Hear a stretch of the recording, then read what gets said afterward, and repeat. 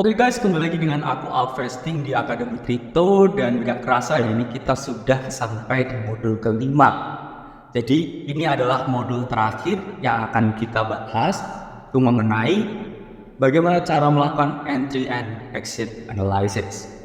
Langsung aja ya teman-teman. Jadi sebelumnya saya sudah menjelaskan ya teman-teman mengenai 4 tahapan ya, yaitu analisa trend, ya teman-teman analisa area, kemudian analisa pattern, dan kemudian keempat itu analisa trik. Nah, kalau udah semuanya kerangkum jadi satu dan udah perfect banget analisisnya, baru teman-teman mikir kira-kira ya di mana misalkan saya harus masuk itu, saya keluarnya juga harus gimana? Karena teman-teman faktanya keluar itu juga sama pentingnya dengan masuk. Sama aja ya, saya kasih analogi ketika teman-teman udah berhasil masuk universitas yang bergengsi misalkan dengan seleksi dan tes wawancara yang sangat sulit, oke? Teman-teman udah masuk. Terus yang penting kedua apa? Ya, teman-teman mikir gimana caranya exit dari situ. Gimana cara menyelesaikan tugas akhir. Karena banyak yang ternyata tidak masuk universitas pilihannya, terus tiba-tiba dia nggak bisa keluar karena dia nggak bisa menyelesaikan tugas akhir. Jadi bad in exit itu sama juga bad in entry. Jadi exit is as important as the entry. Oke? Jadi saya mau menjelaskan dulu entry-nya apa. Ini entry ini mengetahui di titik mana, di area mana teman-teman ini masuk trade. Baik itu posisi buy or long atau sell or short. Oke? Ini masuknya. Nah, kalau exitnya itu apa? Itu bisa dua hal. Pertama, ketika teman-teman benar, teman-teman exit di mana untuk mengamankan profit yang teman-teman punya dari trade. Tapi ketika trade ini salah dan tidak berhasil, teman-teman di mana juga keluar. Ya, ini juga harus jelas. Karena ketika teman-teman salah di analisis, itu mau teman-teman harus melakukan yang namanya cut loss. Karena enggak semua ide dari teman-teman itu bisa berhasil. Karena komputer tercanggih, algoritma tercanggih yang bisa mendeteksi pergerakan market dengan size dan liquidity ya di level smart money itu akurasinya hanya di 40%. Jadi ketika teman-teman 50% lebih, 70-80% itu artinya apa? Artinya teman-teman sudah udah outsmart the robot. Tinggal detail-detailnya ya mengenai eksekusinya gimana. Bisa nggak seenggak emosional lo? Itu yang oke. Nah, pertama yang paling gampang yaitu keluar masuk itu melalui support dan resistance. Karena itu yang paling utama, ini yang paling umum dan yang paling jelas. Ini tinggal horizontal line seperti kamu masuk di sini, kamu keluar di sini. Oke, ketika kamu sell short, kamu masuk di sini, kamu keluar di sini. Oke, seperti apa? Seperti ini. Jadi ketika teman-teman hendak ya melakukan entry baik atau low, itu teman-teman tinggal cari support dan resistance-nya. Kamu masuk di mana? Berarti kamu masuk di support, di jiwen area di sini. Jadi di sini kamu order buy. Oke. Terus keluarnya di mana? Keluarnya di resistance. Beli di harga bawah, di pin, jual di pucuk ya. Jual ketika dia mantul ke atap. Itu adalah analogi yang paling mudah di mana kamu harus masuk dan masuk bawah di keluar di atas. Nah, begitu juga sebaliknya. Ketika teman-teman lakukan posisi sell short, jadi teman-teman masuknya di atap ya, masuknya di atas. Tapi teman-teman breaking untuk posisi turun ke bawah. Ya. Kemudian teman-teman take profitnya mana? Ya, ketika dia turun di floor. Di floor ini kamu exit, entry-nya di atas, exit-nya di bawah. Nah, kemudian kedua ya, selain saya pakai analogi ya lantai dan atap, itu bisa juga teman-teman pakai swing low dan swing high sebagai area invalidasi atau area cut loss atau area ketika teman-teman keluar ketika idenya itu salah. Ini gimana? Ini seperti ini. Jadi ilustrasi placement swing high dan swing low ini, let's say adalah uptrend. Jadi harga membuat apa? High low, high low, high. Jadi ketika teman-teman harga itu retrace, dia akan dari sini itu mengunjungi titik di sini. Dia pasti titik di situ. Karena di situ apa? Itu adalah swing low. Itu adalah demand area itu adalah suku. Jadi ketika teman-teman memutuskan entry masuk di sini ya, di mana exitnya itu pasti ada di bawah ya dari swing low ini. Kemudian untuk target kita bisa banyak sekali yang kita gunakan untuk lain, mungkin resistance, mungkin psychological resistance, ya, mungkin juga kita pakai bantuan Fibonacci. Tapi di sini untuk teman-teman masuk keluarnya itu adalah di bawah swing low, bawah sini. Ketika teman-teman sedang melakukan posisi buy or hold. Nah, ini sama ya, ketika Bitcoin, ini first impulsive itu adalah naik uptrend, kemudian dia turun membuat retracement atau correction. Dia ngetes di mana? Di sini. Ini apa? Ini adalah swing low. Kemudian teman-teman ketika masuk di sini M3 as a trader, open posisi di sini, gimana keluarnya? Itu adalah di bawah swing low. Targetnya di mana? Mungkin di angka psikologis. Mungkin angka psikologisnya 50.000, 30.000, 40.000. Itu adalah angka psikologis di mana teman-teman mau exit ya. Kata teman-teman punya saya. Dan ini begitu juga ya, ketika teman-teman ya, mau melakukan sell short. Jadi stop lossnya di mana ya? Stop lossnya di atas ya teman-teman dari swing high. Nah, harga turun ya, first impulsive guys. Oke, dia retrace ke atas ya. Terus teman-teman sell ya on weakness. Sell on weakness di mana? Di sini. Oke, di mana ini? Ini adalah di swing high. Kemudian exitnya di mana? Exit otomatis di atas dari swing high. Exit di sini. Target bisa angka psikologis, bisa pakai Fibonacci. Sama seperti ini ya, di commit. Oke, jadi ini dia sempat turun, nantinya kemudian di sini retest ya, dia retest ke dalam area ya, area swing high-nya di sini. Dan teman-teman sell short sell di sini. Stop di mana? Exitnya adalah di atas dari swing high ini. Ingat target, mungkin angka psikologis ya, mungkin teman-teman pakai Fibonacci atau pakai pivot. Ya, targetnya ke harga dasar turbinnya. Jual di atas ya, jual di genteng ya, terus kemudian kalau jual di UB atau ketika jadi harga dasar. Nah, pertanyaannya gini, teman-teman akhirnya sudah tahu ya, di mana saya menempatkan stop loss di bawah support ya, atau di bawah dari swing low. Kemudian stop loss mungkin di atas resistance ya, atau di atas dari swing high-nya. Pertanyaannya, berapa persen? Oke, ini lagi berapa persen dari titik support dan resistance itu saya pasang cut loss.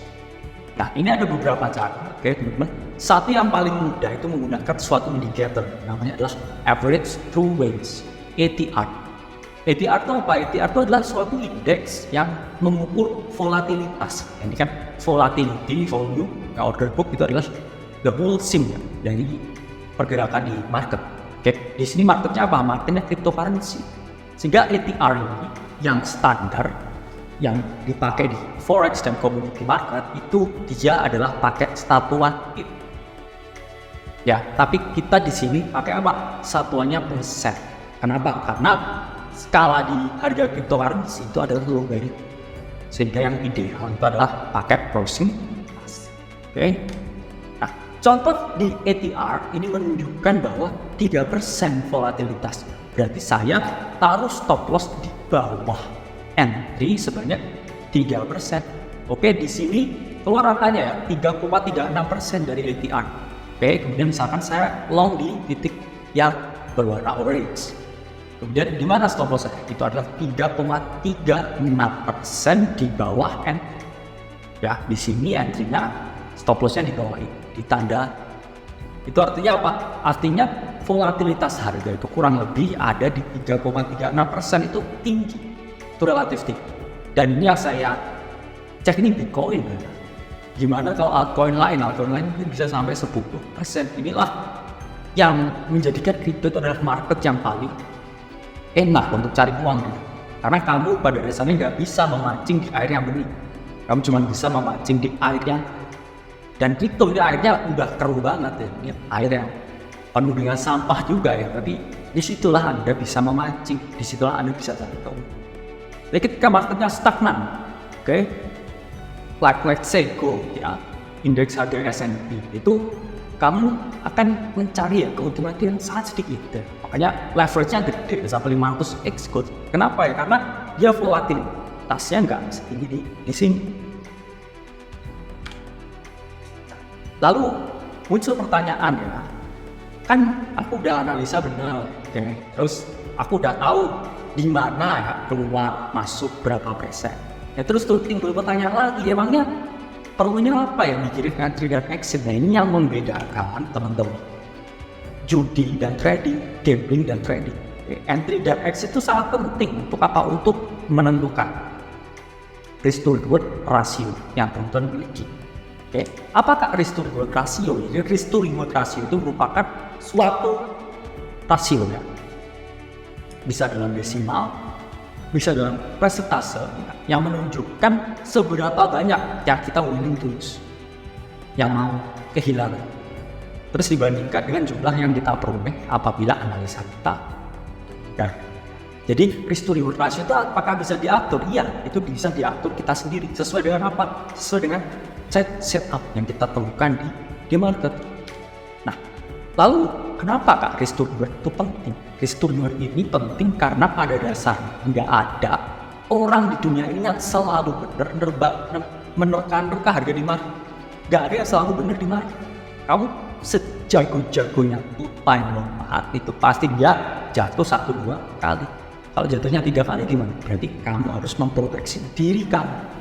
Ya, memproteksi itu salah satunya adalah dengan menerapkan risk to reward. Oke. Dari contoh skenario, kamu dari 5 trading, kamu benar cuma 2 kali, menang 2 kali dong. 3 kali ini kamu salah. Ya, itu kamu tetap bisa memperoleh keuntungan. That's the beauty of trading. Misalkan saya merisikokan 1% setiap kali trade gagal. Saya punya duit 100 juta, oke, cut loss 1%-nya berapa? 1 juta. Jadi saya punya setup ini 1/3. 1/3 itu gimana? Ketika saya benar, ya, saya itu memperoleh 3 juta. Ketika saya salah, saya kehilangan 1 juta. Oke, trade pertama saya salah, plus 1 juta. Trade kedua saya benar, plus, ya, saya dapat 3 juta.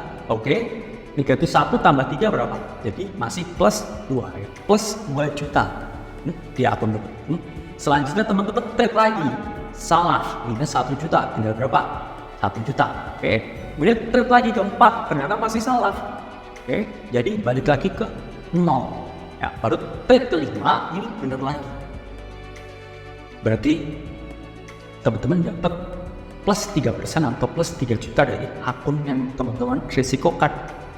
Jadi nggak harus benar semua ya di trading. Yang itulah the beauty of trading yang membedakan dengan gambling macam binary option yang sempat perang. Nah, kalau di kiri ini adalah risk to reward dalam trading. Ini 1/5 ya. Ketika saya salah, saya meresikokan 1 juta. Ketika saya benar, saya dapat berapa? 5 juta. Oh enak dong Kak? Iya enak, karena kita bisa atur setup. Kalau di gambling gimana? Itu adalah risk to reward negatif. Kenapa? Ketika kamu salah, kamu merisikokan 1, yaitu adalah 1 juta.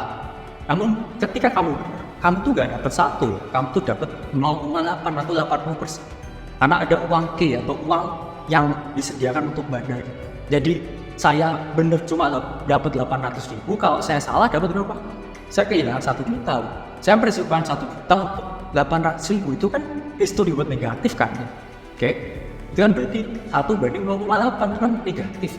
Apakah kamu orang yang tidak smart? Ya, jadi kalau trading kan kamu merisikokan 1 juta, kamu dapat 5 juta. Itu smart move. Ya. Tapi kalau kamu merisikokan 1 juta, kamu cuma dapat 800.000, itu nggak worth it. Nah, itu namanya kamu simping, kamu hopeless ya. Itu namanya kamu adalah desperate buat ngasihin duit. Oke. Ya, di sini paham ya, perbedaan dari trading dan game. Nah, jadi pilihannya mana ya teman-teman? Mau trading ya, get the wealth, maintain the wealth, or cuma jadi spekulan. Ya, nggak ada intinya penjudian lagi. Jadi meskipun pemenang trading itu secara statistik ya, itu setelah 4 tahun itu dia akan kembali miskin. Kenapa? Karena dia nggak tahu sistemnya buat jadi kaya. Di sini kita bukan menjanjikan kekayaan, tapi mengajarkan ya gimana teman-teman mengelola uang yang teman-teman miliki di trading. Nah, ini saya juga punya ya teman-teman 3 skenario Misalkan satu, ini skenario teman-teman kerja kantoran, mungkin kerja di startup di SCBD, usia 25 setelah lulus aja. Kemudian kedua ini mungkin teman-teman di semester 3 ya, misalkan di BINUS. Atau yang ketiga ini teman-teman lulus kuliah, lulus SMA tapi nggak ke kuliah. Misalkan teman-teman cuma nongkrong terus ya. Ini saya punya 3 skenario.